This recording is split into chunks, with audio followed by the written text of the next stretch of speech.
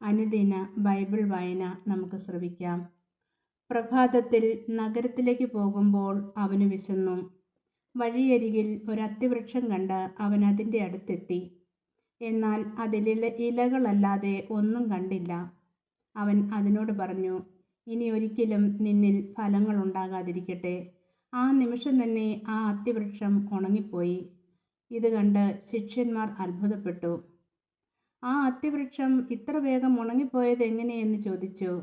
യേശു പറഞ്ഞു, സത്യമായി ഞാൻ നിങ്ങളോട് പറയുന്നു, നിങ്ങൾ വിശ്വസിക്കുകയും സംശയിക്കാതിരിക്കുകയും ചെയ്താൽ അത്തിവൃക്ഷത്തോട് ഞാൻ ചെയ്തത് മാത്രമല്ല നിങ്ങൾക്ക് ചെയ്യുവാൻ കഴിയുക.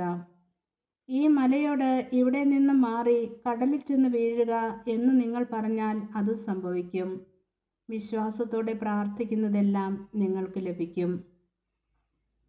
അവൻ ദേവാലയത്തിലെത്തി പഠിപ്പിച്ചുകൊണ്ടിരിക്കുമ്പോൾ പ്രധാന പുരോഹിതന്മാരും ജനപ്രമാണികളും അവനെ സമീപിച്ച് ചോദിച്ചു, എന്തധികാരത്താലാണ് നീ ഇതൊക്കെ ചെയ്യുന്നത്?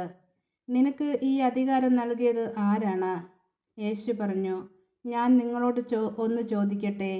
നിങ്ങൾ എന്നോട് ഉത്തരം പറഞ്ഞാൽ എന്തധികാരത്താലാണ് ഞാൻ ഇതൊക്കെ ചെയ്യുന്നതെന്ന് നിങ്ങളോട് പറയാം. യോഹന്നാന്റെ ജ്ഞാനസ്നാനം എവിടെ നിന്നായിരുന്നു? സ്വർഗത്തിൽ നിന്നോ മനുഷ്യരിൽ നിന്നോ? അവർ പരസ്പരം ആലോചിച്ചു. സ്വർഗത്തിൽ നിന്ന് എന്ന് നാം പറഞ്ഞാൽ പിന്നെ എന്തുകൊണ്ട് നിങ്ങൾ അവനെ വിശ്വസിച്ചില്ല എന്ന് അവൻ ചോദിക്കും. മനുഷ്യരിൽ നിന്ന് എന്ന് പറഞ്ഞാലോ നാം ജനക്കൂട്ടത്തെ ഭയപ്പെടുന്നു. എന്തെന്നാൽ എല്ലാവരും യോഹന്നാനെ ഒരു പ്രവാചകനായി പരിഗണിക്കുന്നു. അതിനാൽ അവർ യേശുവിനോട് മറുപടി പറഞ്ഞു, ഞങ്ങൾക്കറിഞ്ഞുകൂടാ. അപ്പോൾ അവൻ പറഞ്ഞു, എന്തധികാരത്താലാണ് ഞാൻ ഇത് ചെയ്യുന്നതെന്ന് നിങ്ങളോട് ഞാനും പറയുന്നില്ല. നിങ്ങൾക്ക് എന്തു തോന്നുന്നു? ഒരു മനുഷ്യന് 2 പുത്രന്മാരുണ്ടായിരുന്നു. അവൻ ഒന്നാമൻ്റെ അടുത്ത് ചെന്ന് പറഞ്ഞു, മകനെ, പോയി ഇന്ന് മുന്തിരിത്തോട്ടത്തിൽ ജോലി ചെയ്യുക. ഞാൻ പോകാം എന്നവൻ പറഞ്ഞു. എങ്കിലും പോയില്ല. അവൻ രണ്ടാമൻ്റെ അടുത്ത് ചെന്ന് ഇത് തന്നെ പറഞ്ഞു. അവനാകട്ടെ, എനിക്ക് മനസ്സില്ല എന്ന് പറഞ്ഞു. എങ്കിലും പിന്നീട് പശ്ചാത്തപിച്ച് അവൻ പോയി.